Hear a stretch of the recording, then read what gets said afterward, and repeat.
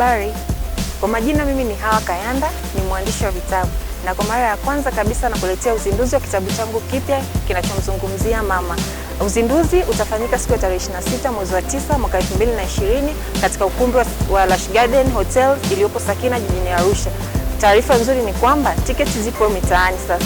Pata tiketi yako kupitia namba za simu unazoziona kwenye skrini yako, lakini pia unaweza kupata tiketi yako AAA FM, Arusha One Radio, Set Garden Supermarket iliyopo Ngulelo na Prime Barber Shop Kaloleni. Karibuni sana na Mungu awabariki.